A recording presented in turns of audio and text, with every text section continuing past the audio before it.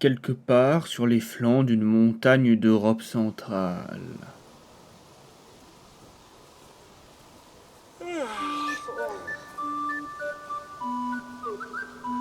M'a encore piqué mes bretelles, le gipette barbu.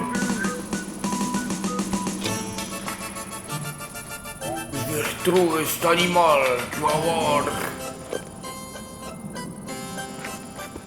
Oh, il faut que je retrouve mes bretelles.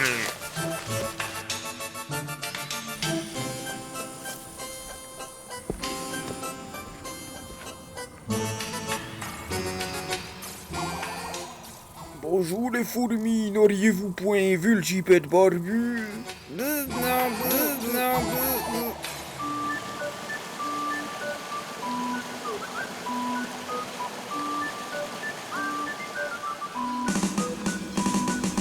Bonjour les vaches, n'auriez point vu le gipette barbu? Mais non. Oh non. Mais non. Mais personne n'a donc vu ce voleur de bretelles. C'est ce qui peut bien se cacher, cet animal-là. Puis non. Non. Personne n'a donc vu le gipette barbu qui m'a volé mes bretelles. Elle doit savoir où il est. Marmotte! Marmotte! Puis, va donc regarder au sommet, c'est là qu'il se trouve. Puis.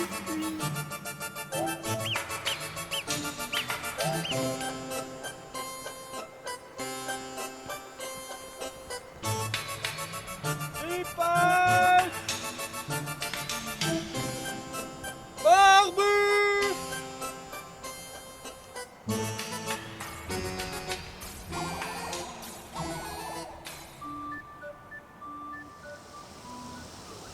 Gipette! Barbu! Barbu! Gipette! Gipette! Barbu!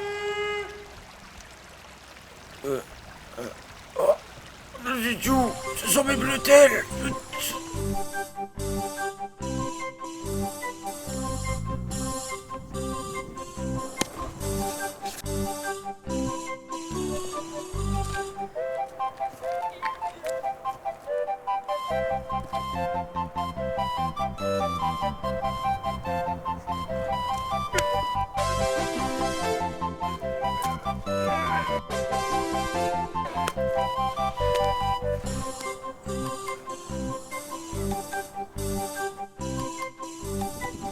Est-ce que j'y suis presque? Un petit effort.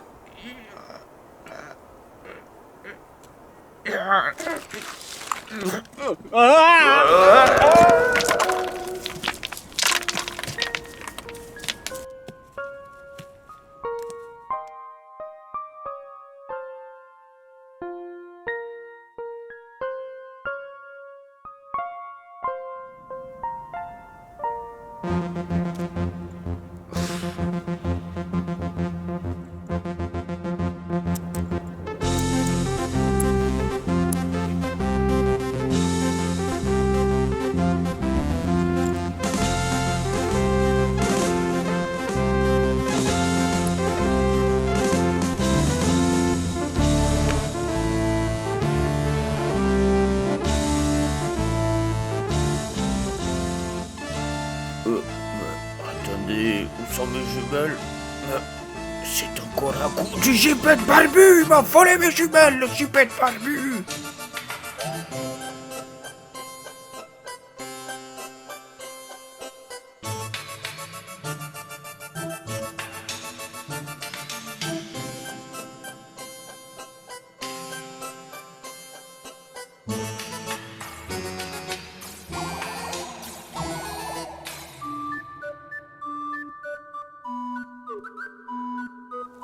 Voilà, donc cette petite vidéo était une vidéo qui était faite pour participer à un concours, pour tenter de gagner une caméra, un concours. où il fallait présenter un objet typiquement suisse comme les bretelles Edelweiss. Et j'ai pas fait que présenter un objet suisse, j'ai aussi montré la flore avec l'arnica et d'autres plantes suisses, et les animaux, et les glaciers, et les sommets des Alpes suisses. J'espère vous avoir transmis un peu de l'âme de mon pays, et peut-être aussi un peu de l'âme de ma civilisation.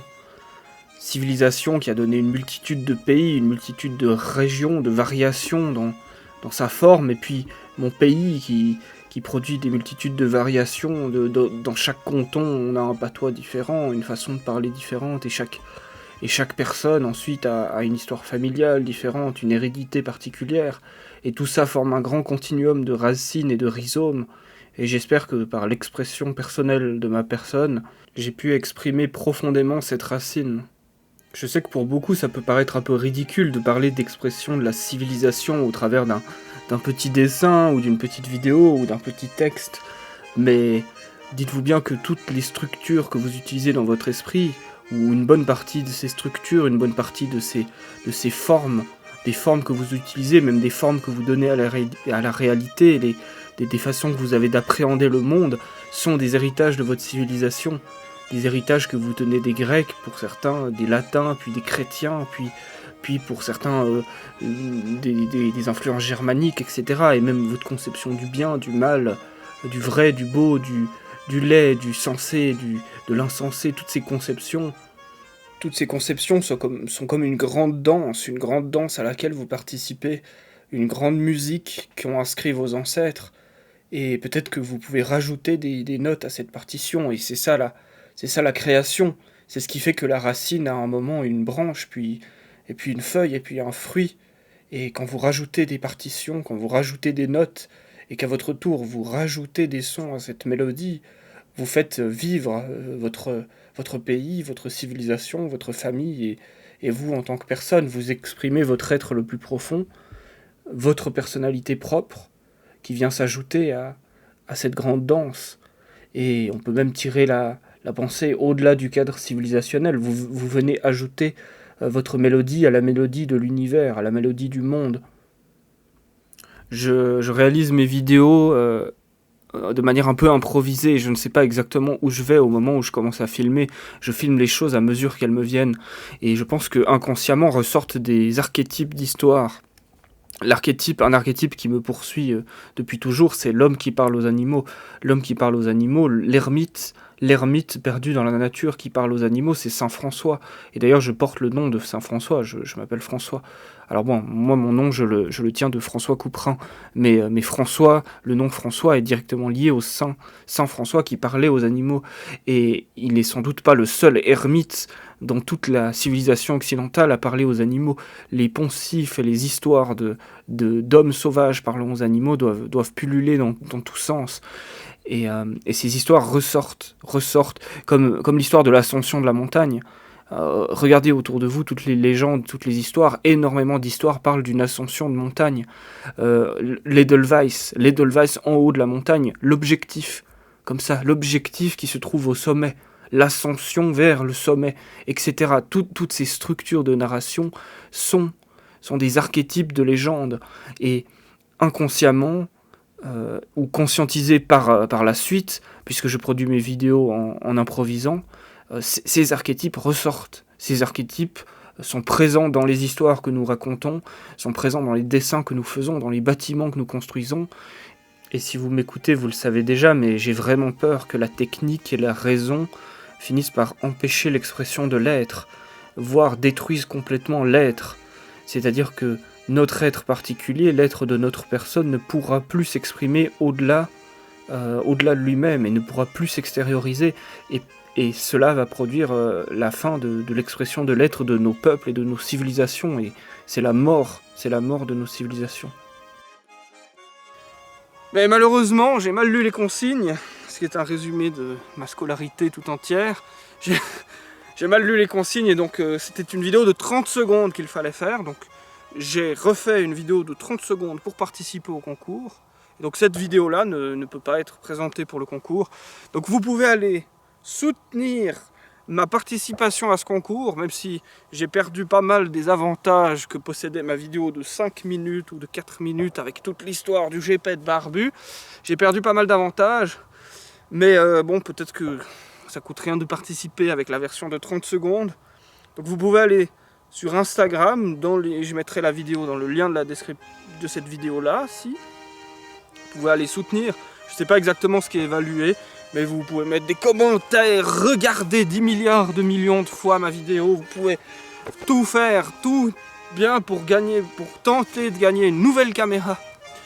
Parce que ce concours est pour gagner une nouvelle caméra et j'en aurai assez besoin, puisque ma caméra là fonctionne encore, mais elle commence à devenir compliquée à utiliser parce qu'elle commence à s'user beaucoup. Elle en a vu de la boue, de la terre, des chutes, des marécages, des cailloux, de la neige et de la glace. Elle a passé une nuit entière sous la neige. Et à partir de ce jour-là, des petites batteries internes ont sans doute sauté. Et donc je dois, à chaque fois que je change la batterie de la caméra, remettre la date et l'heure, ce qui est particulièrement embêtant. Je dois remettre la localisation, enfin comme si elle sortait d'usine, parce qu'il n'y a plus de sauvegarde interne, il n'y a plus de petites piles internes. La vis pour mettre le trépied commence à bouger dans tous les sens, donc ça devient de plus en plus instable. J'ai eu parfois des problèmes avec la vis pour faire la netteté, mais ça j'ai réussi à réparer en enlevant des choses et en cassant certaines parties en plastique qui bloquaient parce que la vis était décalée à cause de chutes et de cailloux et de je ne sais plus quoi. Et donc j'aurais bien besoin d'une nouvelle caméra. Ma caméra actuelle, c'est une FDR AX53 de Sony. C'est une caméra que j'aime particulièrement, elle a une très bonne prise en main, elle est petite, elle est légère, moi qui vais partout, qui doit rapidement faire des choses, moi qui suis tout seul à me filmer, elle est suffisamment légère pour pouvoir me filmer tout seul et beaucoup de choses sont à la portée des doigts de une seule main pour pouvoir régler la caméra. Donc j'aime particulièrement cette caméra, mais la mienne est en train de vieillir à grands pas et d'être particulièrement usée. Donc si les messieurs de Sony Suisse ont une FDR AX53 qui traîne dans les tiroirs ou au fond du grenier, au fond du grenier de Sony. Le JP de Barbu, cet oiseau effrayant qui vole les bretelles, ben, sachez qu'il a été chassé pendant très longtemps, et très longtemps, beaucoup de gens l'accusaient de tous les problèmes de la montagne. Dès qu'un mouton disparaissait, dès qu'un enfant était perdu, dès que quelqu'un tombait de la montagne, on accusait le gypaète barbu. Parce que le gypaète barbu est l'oiseau le plus grand des montagnes suisses, une envergure énorme, et il a des yeux effrayants. Il a des yeux effrayants et il a comme ça, il est assez particulier et effrayant. Donc tout le monde l'accusait de tous les problèmes de la montagne. Et donc il a été chassé. Il a été chassé massivement, un peu comme cette chouette toute blanche, la chouette effraie, une chouette toute blanche avec un visage tout rond comme ça, qui à l'époque était clouée contre les portes des granges pour chasser les mauvais esprits, parce qu'on croyait qu'elles attiraient les mauvaises choses, qu'elles leur faisaient peur, et donc on les clouait contre les portes des granges. Et pourtant, elles mangeaient les souris, ce qui était particulièrement pratique pour l'agriculture. Avoir des oiseaux qui mangent les souris qui mangent le grain, et on veut manger le grain nous-mêmes, donc c'est particulièrement utile d'avoir des chouettes de ce genre. Et ben le gypaète barbu a pratiquement été éradiqué, pratiquement parce qu'il en reste encore un peu, ils sont à présent protégés et surprotégés, mais tout de même en voie d'extinction. Et donc ce pauvre gypaète barbu a été accusé à tort de tout un tas de problèmes, à tort parce qu'il n'est même pas carnivore, il ne mangerait même pas un petit mouton, même pas une petite souris.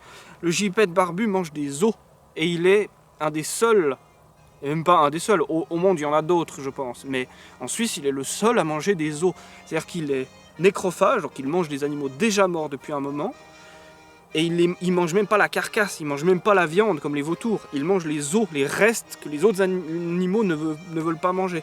Et pour manger les os, alors bon, il l'avale, il a un gosier particulièrement extensible qui lui permet de manger des gros os et des os assez compliqués, mais les os beaucoup trop gros, il les prend, il s'envole et il les lâche sur les cailloux, et ça se brise, et il va manger les petits morceaux. Et donc ça a en plus rajouté à la légende du gypaète barbu qui fait tomber les gens de la montagne, parce qu'on était à la montagne et d'un coup on voyait cet oiseau effrayant qui lâchait des trucs comme ça, et bon, ça a participé à la légende. Alors qu'il n'est pas du tout hostile, à quelque mammifère que ce soit, si ce n'est à leur ossature. Il faut pas laisser traîner ses os. Et d'ailleurs, Eschyle, qui était un philosophe et dramaturge, qui a d'ailleurs contribué à l'invention et à la création de la forme tragique dans la poésie grecque et dans l'art grec, cette forme tragique, Eschyle allait tous les jours enseigner à des élèves, et un jour une tortue lâchée par un aigle lui est tombée sur le crâne et il est mort. Il est mort d'une tortue tombée du ciel. Il est mort d'une tortue tombée du ciel lâchée par un aigle. Mais à présent qu'on observe le comportement des oiseaux avec beaucoup de méthodes, on se rend compte que l'aigle n'a pas du tout ce comportement. Il n'y a pas de raison pour laquelle un aigle aurait lâché une tortue du ciel. En revanche, ça correspond au comportement du gypaète barbu. Et donc, la seule mort sans doute de l'histoire dont on peut accuser le gypaète barbu, c'est ta faute, gypaète barbu! C'est sans doute la mort d'Eschyle. Eschyle tué par une tortue tombée du ciel, sans doute lâchée par un gypaète barbu. Et donc s'il y a une seule mort, c'est sans doute l'une des seules morts dont on peut accuser le gypaète barbu.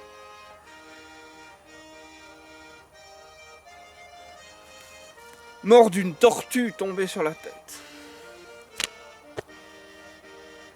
Bon, et bien voilà, merci pour toutes ces belles aventures.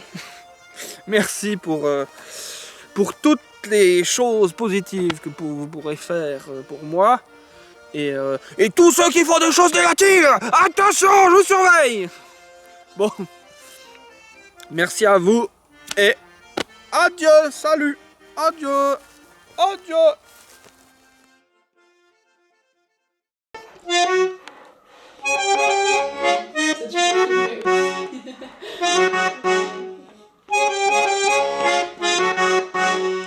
Oui, c'est vrai, c'est vraiment ça.